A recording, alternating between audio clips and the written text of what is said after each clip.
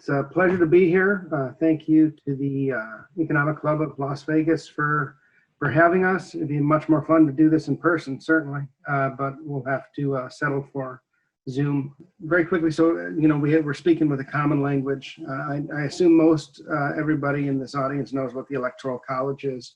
Very quickly, the formula is, for states, it's the number of senators plus the number of representatives equals the number of electoral votes for a particular state. And that number, of course, changes every 10 years potentially after the census and after reapportionment and redistricting. Nevada currently has 6 electoral votes. Total number of electoral votes is currently 538, and that is 100 US senators, 435 members of the House, plus 3 electoral votes for Washington, D.C. equals 538. A candidate has to win, and this is according to the Constitution, a candidate has to win a majority of electoral votes to win the election outright. If this doesn't happen, the election becomes a contingent election. It goes into Congress. We can certainly talk about that, through the Q&A if somebody wants to know what the contingent election process actually is. But currently, a candidate has to win at least 270 electoral votes to win the presidency outright in the Electoral College. Here's what the electoral map looked like in 2016, where Donald Trump got 306 electoral votes and Hillary Clinton got 232. And actually, the actual number of electoral votes was Trump 304, Hillary Clinton, I believe, 225, because you had 7 faithless electors in that election. We can talk about faithless electors in the Q&A if you want. There's just not enough time to talk about it right now. And in fact, this entire topic, I probably spend a week and a half with my American presidency students on this topic. So it's a very, very big and important topic, but I'm just condensing it for a good 10 to 12 minutes here today. With this electoral map, some of the key states that you see there are Wisconsin, Michigan, Pennsylvania, which account for 46 electoral votes. That really was the difference in the 2016 election. Donald Trump carried those states by a little under 80,000 total votes, and those are fairly big states. Though none of those states had gone for a Republican since the 80s, and so I believe actually 1984. And so it was a Herculean task for the Trump campaign to actually win those states. And by doing so, won an electoral vote majority, even though Donald Trump lost by almost 3 million votes in the popular vote. Currently, the 2020 battleground states, as I see them and as most people see them, I prefer to put them into 2 tiers. The first tier are 6 states which are really the core of the election. Extremely important states. Of course, the states of Pennsylvania, Michigan, and Wisconsin are included in this top tier of states. But also you can, for 2020, Florida, you can throw in there Arizona and North Carolina. Extremely important states. You'll notice that they all have a DT after that, after their names, and that's because Donald Trump won all of those states in 2016. The second tier includes states like Ohio, Texas, Georgia, and Iowa, also Donald Trump states. These are states many observers didn't think would be battleground states coming into 2020. But based on polling, based on the investments that we've seen from the campaigns, these states have emerged as extremely important battleground states. In fact, I believe Texas was just changed by one of the big groups. I can't remember if it was 538 or Real Clear Politics or the Cook Report, but it has been changed to toss-up category. If anybody would have said Texas was going to be a toss-up at the end of 2019, they would have been dismissed. But it is absolutely a toss-up, and you see the campaigns investing heavily in Texas. Ohio, which Donald Trump won by over 8 points in 2016, is very much a toss-up if the polling is accurate, which I believe it is. Georgia, Iowa are also in the toss-up or near toss-up category. Nebraska, which was carried by Donald Trump, the entire state was, but also the 2nd congressional district was carried in 2016. The reason I have the congressional district is because Nebraska and Maine are the 2 states that divvy up their electoral votes, not in a winner-take-all fashion, but in the district fashion. And so that 1 congressional district could be very important should the election be close. Minnesota, Nevada, New Hampshire are all in this 2nd tier as well. They're getting attention.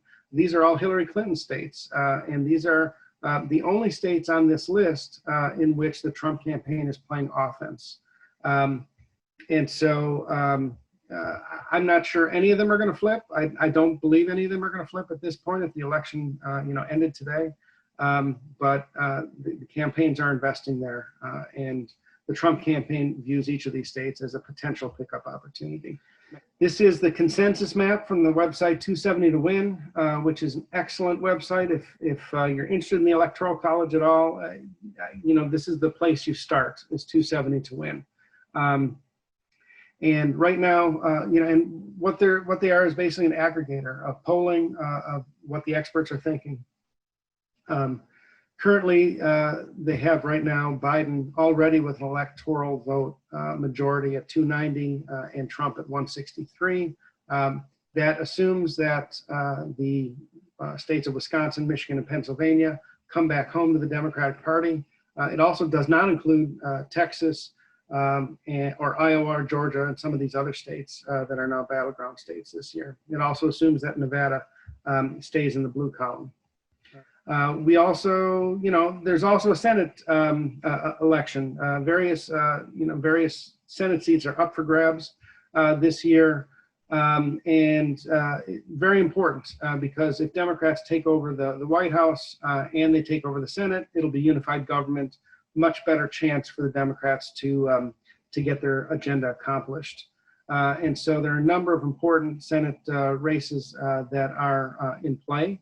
Right now, the consensus map from 270 to Win has Democrats with 49 seats, Republicans with 47, and the rest up for grabs. Charlie Cook and the Cook Political Report, it breaks down the Senate ratings by those that are in play. For democratically held seats, there are 12 seats that are up for election this particular 2020 election year. Only 2 of those Democratic held seats do the people at Cook think are competitive. One is Gary Peters, the incumbent Democratic senator from Michigan. They have that rated as a lean Democrat. The one Democratic senator that is in real trouble is Doug Jones in Alabama. They have that rated as a lean Republican at this point. Now, Republicans are they have a much more challenging landscape for the U.S. Senate. They have 23 seats that are up for election. That's just the way the election cycle broke this particular year. And 2 of those incumbents, Cook is rating as lean Democrats. That is Martha McSally in Arizona and Cory Gardner in Colorado. Both parties have pretty much, given up on those seats at this point. From what I understand, from what I've read, they're not investing in Colorado or Arizona at this point. There's a number of toss-up Senate seats that are held currently by Republicans. Georgia has 2, one of those being a special election, but also Iowa, Maine, Montana, North Carolina, and South Carolina are all rated as toss-up states. South Carolina is the one that's really the most interesting because coming into this year, I don't think any pundit or person that studies this thought that Lindsey Graham was in danger of losing his seats. But that is a very Republican state, but that is very much a seat that's in play. His challenger, Jamie Harrison, was able to raise a record amount of money, $57 million, unheard of in one quarter. There's also a number of lean Republican seats, which means that those are also competitive. And if you have a blowout in the presidential race and Biden wins by big numbers, the coattails very well may pull those Senate candidates, those Democratic Senate candidates across the line in Alaska, Kansas, and Texas. On the House side, no big surprises. It's expected that the Democrats will maintain their majority in the U.S. House, and in fact, many of the predictions have them actually picking up a few seats net as well. Just very quickly looking at Nevada, I looked this morning to see if there are any competitive races there in Nevada. There's 2 congressional races that are somewhat competitive, and that's the 3rd congressional district, which has a slight Republican +2 lean to it in that district. Right now, the Cook report is rating that a lean Democrat. The incumbent Susie Lee is being challenged by Daniel Rodimer, a Republican, and then 2 third-party candidates. She will likely hold on to her seat. And the Nevada 4th congressional district, which actually is a Democratic-leaning district. The incumbent Stephen Horsford, the Democrat, is being challenged by Jim Marchant and 2 other candidates. Both those congressional districts will likely maintain, will likely stay for the incumbents and stay for the Democrats. Great. Thank you, Jason. And thank you to the Economic Club of Las Vegas for inviting me to have this discussion. This is always an enjoyable one for me right before an election. It's an area that I used to work professionally, and now I study it academically. So this is always a fun time for me. Okay. And in this one here, what I'm doing is I'm looking at where the late resources are going in the presidential race. And in this table, what I've done here is I've sequenced the states on the left following the ratings that we're getting from 538's election model, as well as polling averages that are pretty consistent with that. And you'll notice that I have Pennsylvania highlighted here.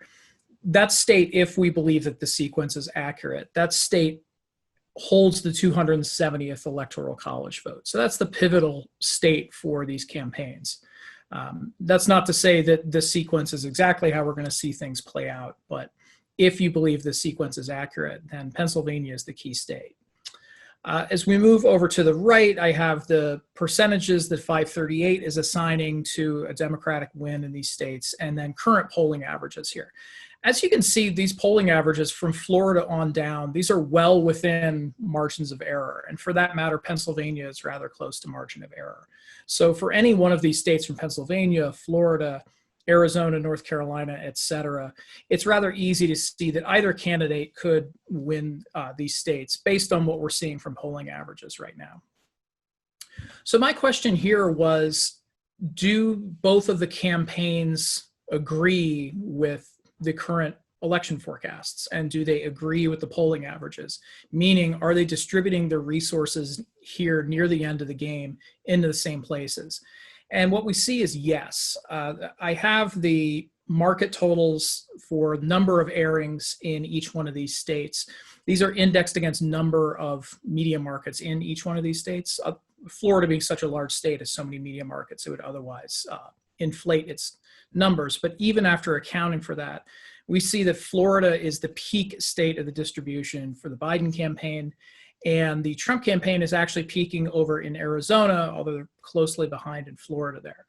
So what this is telling us is, first, these campaigns broadly agree with this assessment of the state of the race. They may not agree with precisely where the Democratic and Republican candidates are in terms of who's ahead and who's behind by a point or two, but in terms of the sequence of the states, they do agree that this is where the election is going to play out, that it hinges on Wisconsin, Pennsylvania, Florida, Arizona, North Carolina.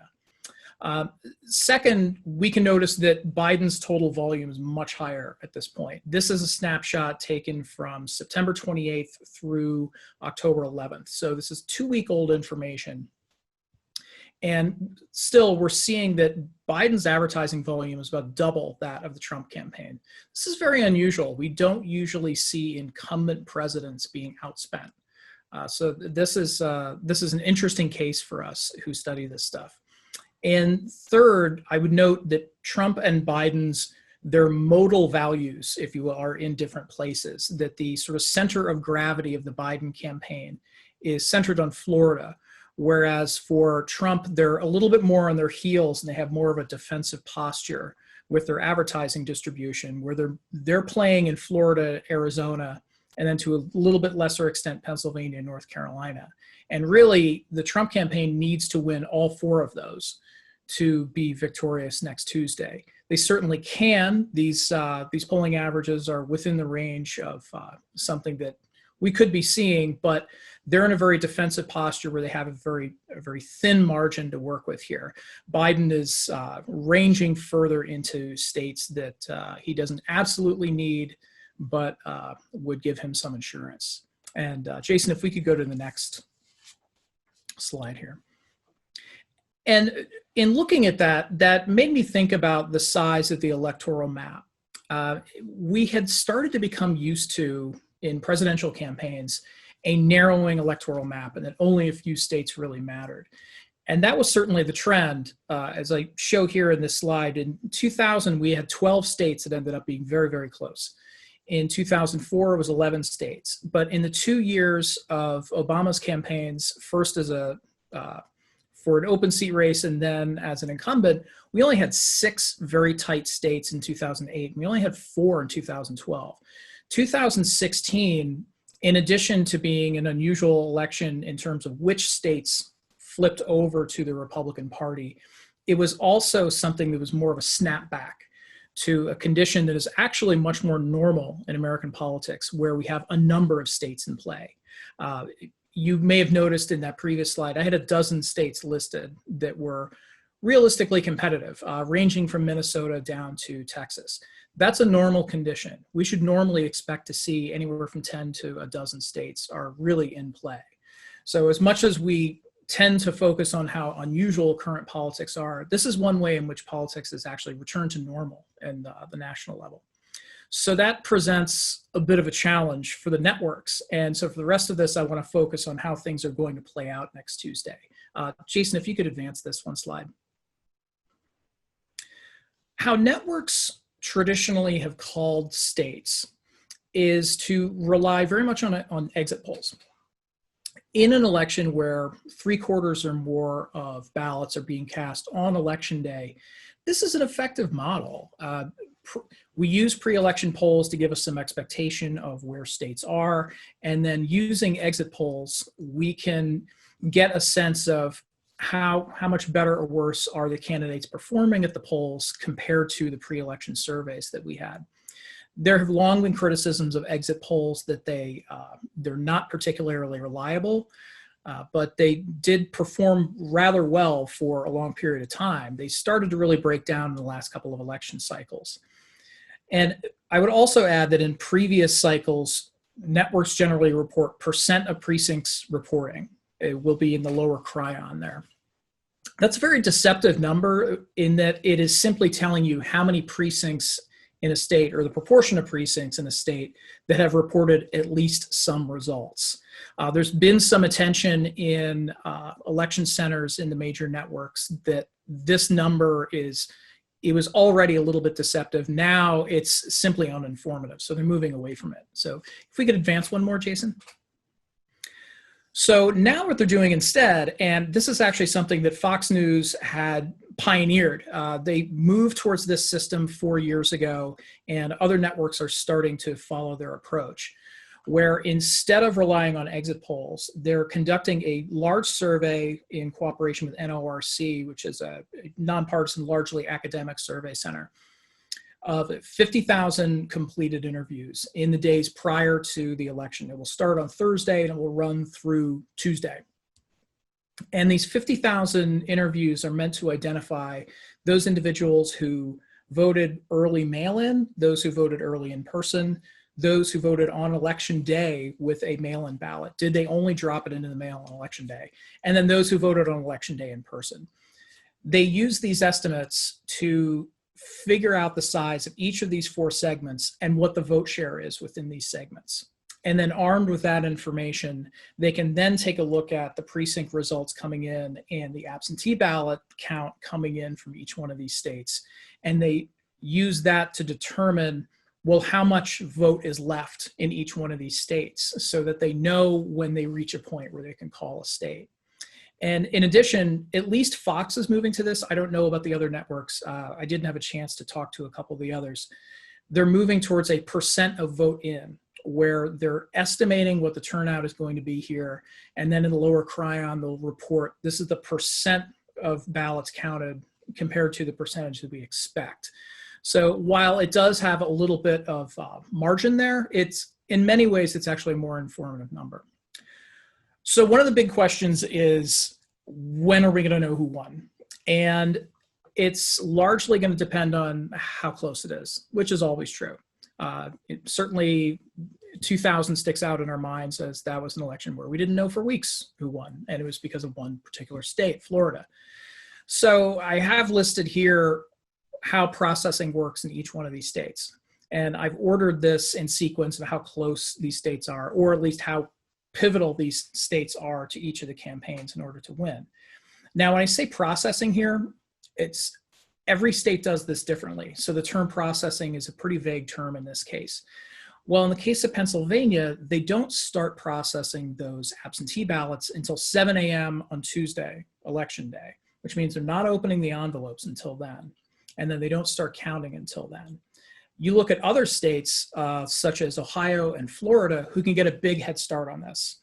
Those states can be opening these envelopes and they can at least be processing those votes. Now, in the case of Ohio, they will scan the ballots, but they won't tabulate them. And in the case of Florida, they will begin that counting 22 days before election day, but no results are reported, but they at least can get the counting process started. What this means is that places like Florida and Ohio, when they report results next Tuesday night, some of the first results we see are going to be all of those early absentee ballots. In cases like Pennsylvania, those initial reports, those could be the election day in-person votes instead. So that's important for how we determine these results that are coming in. Okay, so I think I have my animation for my bits here. Yeah, thank you. So how will next Tuesday go? Well, polls and election forecasts suggest a high likelihood of a Democratic victory. However, I would caution that there's a very wide confidence interval here. There's a larger boundary of uncertainty. The list of competitive states has grown to be very long, and we're back to a condition where we have over a dozen states really in play. And turnout patterns are much less predictable this year. In this pandemic election where we have half or more of the electorate and most states are voting early, it's hard for us to know exactly who's going to be turning out and who's not. So that makes these predictions much more uncertain than they would normally be. So if the Democrats have a strong night on Tuesday, the way they will probably play out is that Florida, North Carolina, and Arizona, because of how they process these early ballots, these states can probably be called rather quickly in a scenario where the Democrats are doing very well. And in that situation, that closes any sort of electoral college pathway for Trump. And so you have a fairly early night.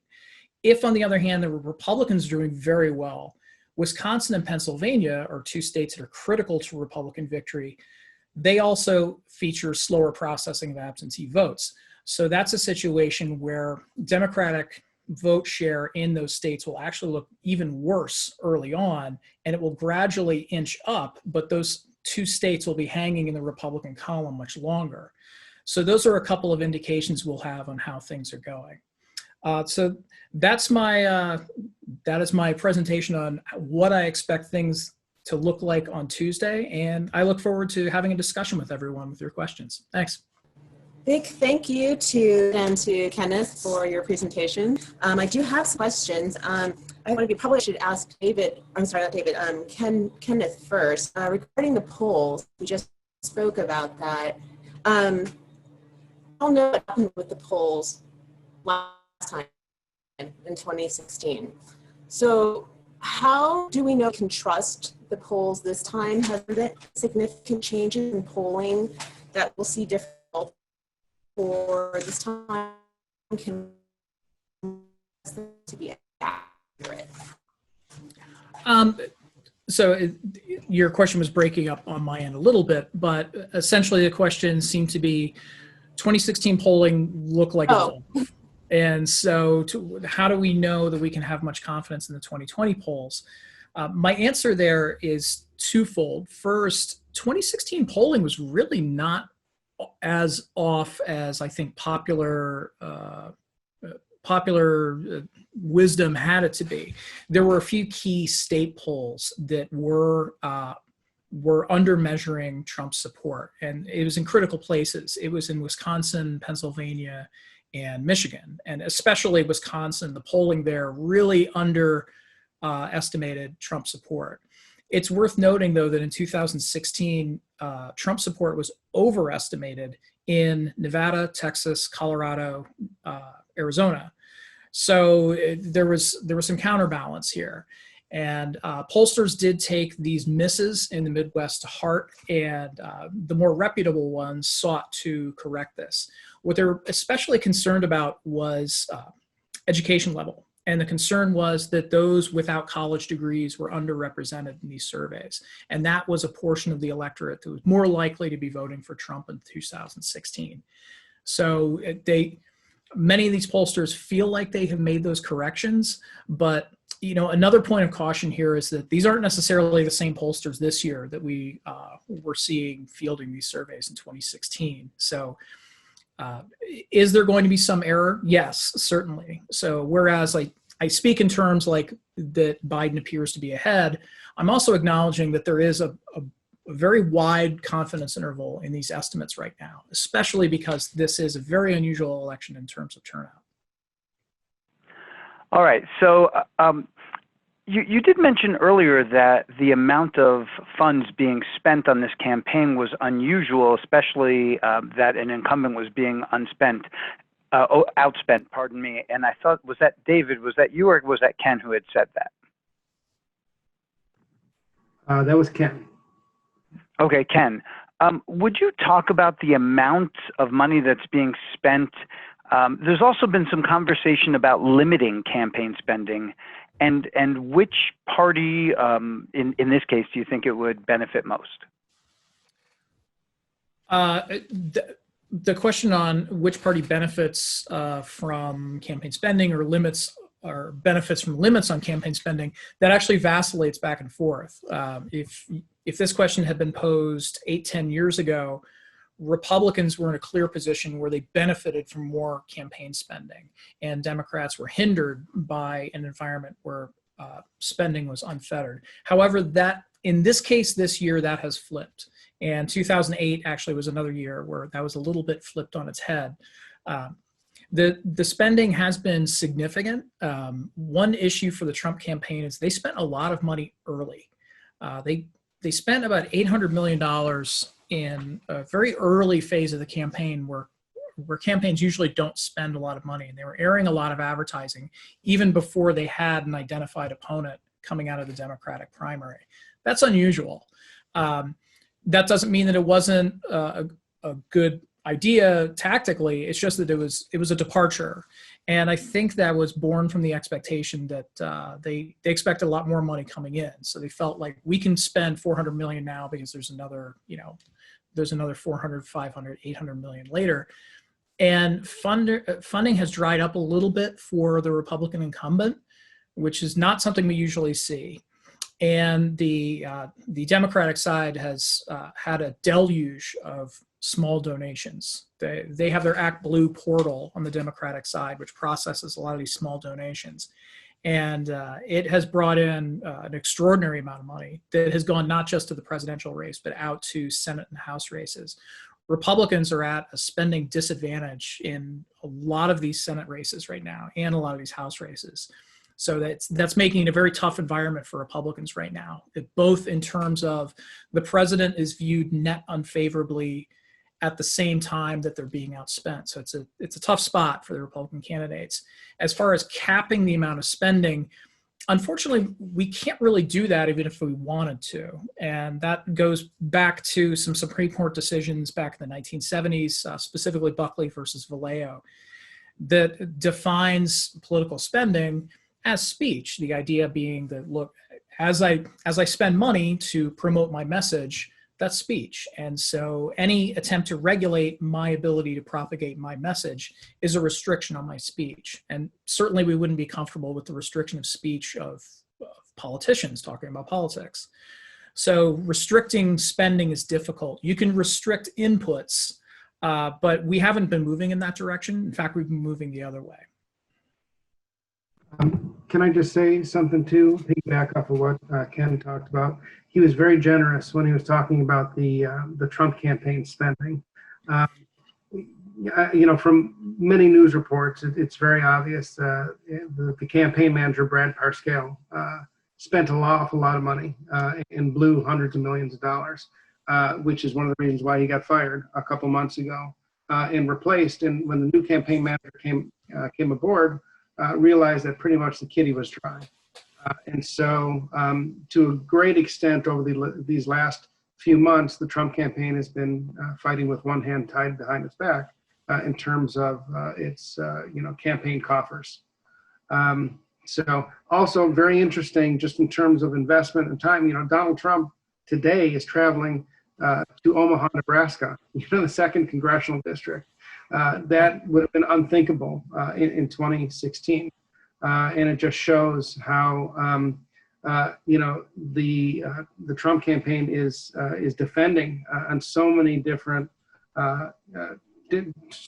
turfs that, the fact that the president has to essentially waste time going into Nebraska to defend, a congressional district, which is one electoral vote, just shows that really the Trump campaign is playing defense everywhere. Someone shares a terrific question, and I'd like to share it. With Trump being at least seeming to be this far behind, what is the likelihood that Trump supporters show up en masse on November 3rd for these states that are up for grabs? Who wants to jump in for that? Yeah, I'll jump in first. Great question. I think there's a very real possibility that the Trump campaign, some of their voters could decide to stay home if it looks like the race is over.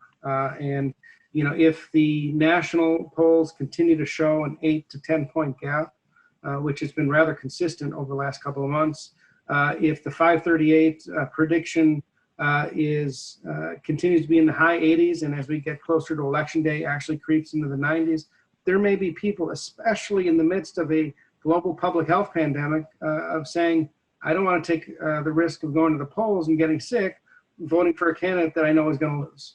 And so there is certainly a risk for the Trump campaign. And this is really a problem brought about by Donald Trump himself, when he encouraged, when he spent months criticizing mail-in voting and absentee voting and putting the question mark in people's minds of whether or not, it was a legitimate way to vote, and essentially encouraging his voters to vote on election day. Well, when you do that, and if your candidate looks like they're going to lose, and in the middle of a pandemic in which you need to not be around people, and potentially if you go to the polls, you may have to wait a long time. I think there's a significant possibility that it will suppress turnout on the Republican side, especially based on the fact that so much of the early turnout it appears to be favoring the Democrats. Yeah, the turnout differential is interesting. We've always seen that there are more Democratic votes cast in these absentee votes and these early votes than Republican votes, but that differential this year is massive, and that doesn't by itself portend of any sort of landslide on the way. It could be that the Trump voters are going to show up en masse, and this deluge of Republican votes will arrive on Tuesday. We don't know for sure, and it's this greater differential that has occurred is no doubt in part due to presidential messaging that says that mail voting is not to be trusted and to vote in person. So that's encouraged that division. There are some states where you look at the early votes so far and it looks easier for Republicans to close that gap in some places where it's harder. There's a significant advantage early in Florida for Democrats, but the size of that differential right now, it's easy to envision Republicans closing that gap. It gets harder to see that gap being closed in Pennsylvania. I don't think that we have information on partisan registration in Wisconsin for early vote versus those intending to vote election day. I'm not sure. Dave, you may know that. I do not, Ken. Okay, so the effects could be a little bit different in different states. So I'm open to the possibility that Republicans could come out in very large numbers on election day. I mean, certainly we were caught a little bit by surprise at the level of Republican enthusiasm in 2016. So I'm open to the possibility in this case, but boy, there's a lot of ground to make up right now. Okay, so next question I have is, there has been some discussion about demographics voting in a very standard way, but can we talk particularly about the Latino population in Texas, Arizona, Florida, and Nevada, and which way we expect them to go, and are there going to be? Well, let's start there. There's more questions. I don't want to lump them together. I'll go first on this one. For Latino voters, you're right, they're different in different states. So Latino voters as a group tend to be a little bit more Republican in Florida than they do in Arizona or Nevada, and also a little bit more Republican in Texas for that matter. But the increasing numbers of Latino voters, especially in Arizona and Nevada, is what has really powered the change of those two states from becoming, in the case of Arizona, a reliable Republican state for a very long time into this current battleground that we see it. And in Nevada, it's certainly what has nudged the state of Nevada into a light blue sort of territory where it used to be a pure battleground. In Florida, I'll be very interested to see how things play out. We traditionally think of the Florida Latino vote as being divided, where we have a large Cuban population that has tended to be very loyal to the Republican Party. But the strength of that loyalty, even if we accept that that remains the same, there's also an increasingly large share of Puerto Rican voters who have relocated to Florida. So that can change that calculus in Florida a little bit. But overall, in terms of the national effects, look, the reason that the Sun Belt is becoming more competitive or even more blue in some cases, it's powered by the Latino voters because they do tend to break for Democrats at about a 2-to-1 margin or even higher in some cases. I was going to mention younger Latinx voters for sure are starting to break very much for the Democratic Party. Florida, those older Cuban voters are still pretty solidly Republican, but their kids, their grandkids, they're very much starting to trend, progressive and Democratic. Just like any group, it's there are a lot of varying characteristics, and you can't put people into a single box. For example, Latinx voters. Many are Catholic. Many vote on the pro-life issue and are single issue voters. And many aren't. But I think certainly for the states in the Southwest, Texas, Arizona, Nevada, New Mexico. I mean, it's the growing Latinx population. I think is one of the reasons why those states have become much more competitive for the Democratic Party. It's one of the reasons why Texas is very much in play.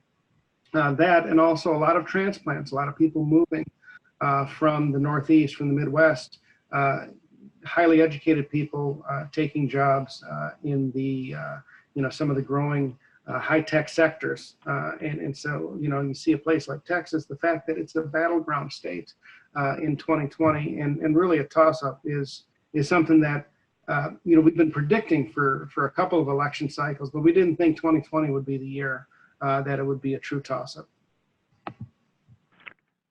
So I have a really interesting question I want to share is that there has been a lot of rhetoric from both sides that if Trump wins, the Democratic Party is going to challenge the election. And if the Democrats win, Trump is going to challenge the election. So let's talk about what is the contingency process regarding the Electoral College? Sure, I'll be happy to answer that. It's a pretty complicated process. I'm going to try and narrow it down to just a couple of minutes, okay? So, the election ends on November 3rd. A lot of people say it's election day. Well, it's just it's the end of the election. The election's already going on in most of the country. So November 3rd is the end of the election. But when we vote for president and vice president, we're not actually voting for them. Whether it's in the booth or absentee ballot, we're voting for the Electoral College and the slate of electors. They will meet a month later, December 14th. The Electoral College will meet. Depending upon which candidate won the state, that slate of electors will then get to cast their votes.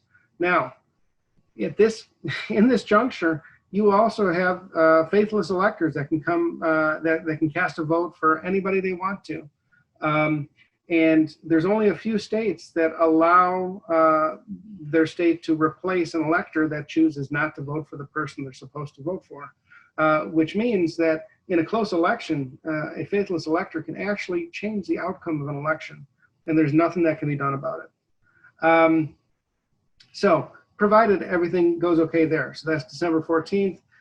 January 6th, the Congress will meet, and they will do a roll call of the states with the electoral votes. If no candidate has a majority of electoral votes, the election for president will go into the House of Representatives. The election for Senate will go into, the election for vice president will go into the Senate. And by the way, it's the new Congress. It'd be the 117th Congress that meets, not the 116th Congress. So we don't know what that Congress is going to look like yet. Now, the interesting thing is the House of Representatives, it's not a one vote per House member situation. It is every state gets exactly one vote, which means their congressional delegations have to figure out who they're going to cast their vote for, which means you could have a situation where Democrats have control of the House of Representatives, but they don't have a majority of the state delegations, which means that you could have a situation where you have the House of Representatives, even though it's controlled by the Democrats, you could have the House of Representatives choosing the Republican candidate, Donald Trump in this case. You could also have a situation where the Senate, if Democrats take over the Senate, they vote for Kamala Harris. You could have a situation where you end up with a Trump-Harris administration. It is true. That absolutely could happen. And, okay, if, let's say, the House cannot decide who the president should be, because it takes a majority of states to determine this. Let's say they're stuck at 25-25. If we get to January 20th, the vice president would then become the acting president. But let's say the Senate is also stuck at 50-50. What happens then? If it's past January 20th, Nancy Pelosi, the Speaker of the House, would have to resign her seat in Congress and then become acting president until the House could determine, or the Senate could determine, who the vice president was, or the House, the president. It's 2020, so I wouldn't, anything's possible in 2020. So that is the nightmare, and that's at the okay. 269. Yeah. I'll just add, just from the electoral side on this. So I'm not a legal scholar, so in terms of the merits of any legal challenges, that's outside of my lane a little bit. But I will say that those sorts of challenges are really only effective if it's close. And if any scenario where Trump is victorious next Tuesday is going to be a scenario where he eked out some wins in Pennsylvania, Florida, Arizona, North Carolina, at least, or maybe he picked up a Wisconsin somewhere. Most scenarios that we have where Biden wins is actually him winning rather comfortably in Pennsylvania, Wisconsin, and then maybe even Arizona. So it's actually a little bit harder for the Republicans, I think, if they want to take the pathway of legal challenge. Legal challenges are really only effective in a Florida 2000 situation where it's down to a few hundred ballots. Republicans would need a bunch of states that broke the wrong way, but just by the tiniest of margins. And very few of our models predict that scenario. They predict more likely that the really razor thin scenarios are on a Republican win side. Okay, two more questions, please.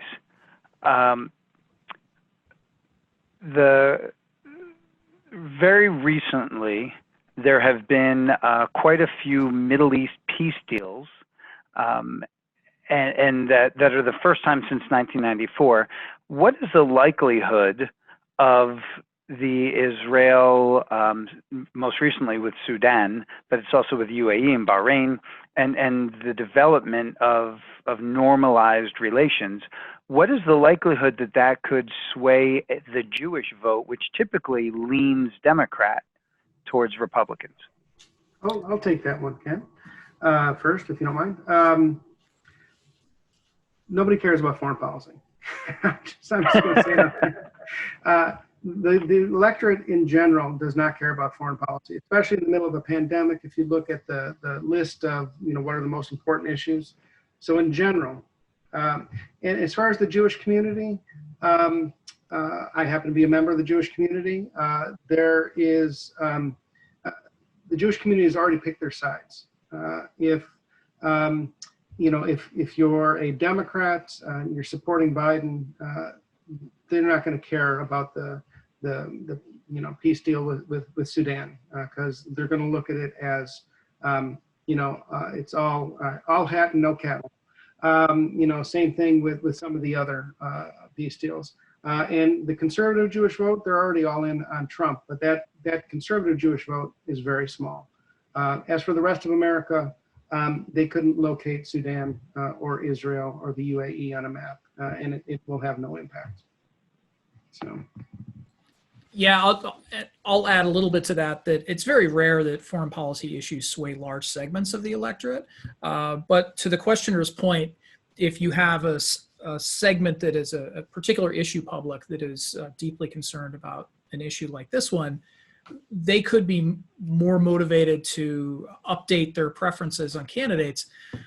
The problem in this situation is the election is half over. That about 50% of the electorate has already cast their ballots. And so the notion of sort of October surprises that change things late, that's getting to be less and less plausible every year that we have more and more early voting.